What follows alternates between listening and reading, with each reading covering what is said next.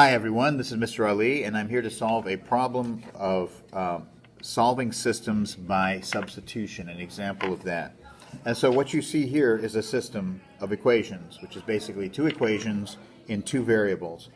You can probably hear the commotion outside. It's daytime and it's lunchtime out in the hallway. Okay, so let's take a look at the steps we're supposed to follow, and you should have these steps in your notes.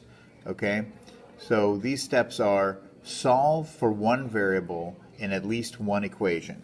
Solving for one variable means getting an equation that says x equals or y equals on one side and then everything else on the other side. If you look at these two, this is a simple example because they're already on the left hand side is solve for y. So what you have to do is go to the next step where it says substitute the resulting expression into the other equation. So what they're saying is you have an expression for y, this one right here, and you take this expression for y and you substitute it into the other equation where y is. So another way to say that is to rewrite the first equation, but instead of saying y equals negative 2x minus 11, you're going to substitute this in here and say x plus 1 equals negative 2x minus 11. Now you see that there's no y in here. We've eliminated the y. I know we call this by substitution, but we eliminated it by substituting something else in for the y. Okay? Now we can solve this. And what I'd probably do here is I'd add 2x to both sides, and I would get 3x plus 1 equals negative 11.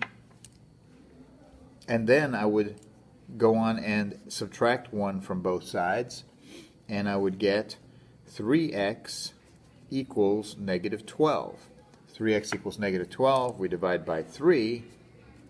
We're going to get x equals negative 4, right? So remember that a solution to a system of equations is an ordered pair. So far we have the x value, which is negative 4. Okay, we still have to find the y value. To do that, all we have to do is take one of these two equations on the left and substitute the x value with negative 4. I'm going to pick the second one because you see how it's a little simpler than the first one, just a tiny bit simpler. So I'm going to write y equals x plus 1, but now I'm going to substitute this x value of negative 4 instead of x and get negative 4 plus 1.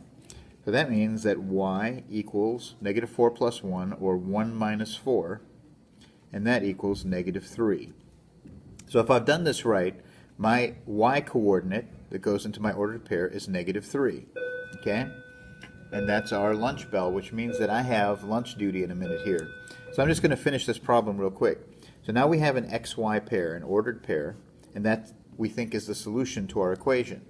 But what we have to do next, the last step, is to check the solution.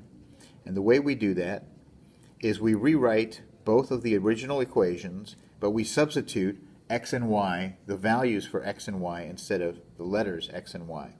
So in the first equation where it says y equals negative 2x minus 11, I'm going to say negative 3, which is the y value, equals 2 times negative 4, which is the x value, minus 11.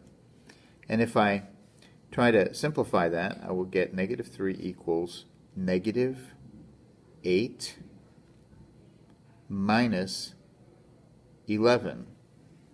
Okay?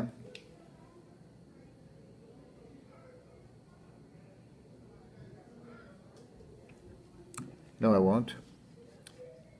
I'll get positive 8 minus 11. Because remember, this original equation has a negative 2 in it. So I'm going to get positive 8, because two negatives multiplied makes a positive. I'll get positive 8 plus 11. And if you positive 8 minus 11. And if you subtract 11 from 8, you're going to get negative 3. So this means that the point negative 4, negative 3 is a solution to this first linear equation. We also say that it satisfies the equation. That's another way to say it. So we're halfway done because we know that it satisfies the first equation. Satisfies the first equation. Now we got to check the second equation, and that was y equals x plus 1. And that means that if we did this right, negative 3 equals negative 4 plus 1. Well, negative 4, we add 1 to negative 4, it becomes less negative, so it'll be negative 3. And so once again, we have the right solution.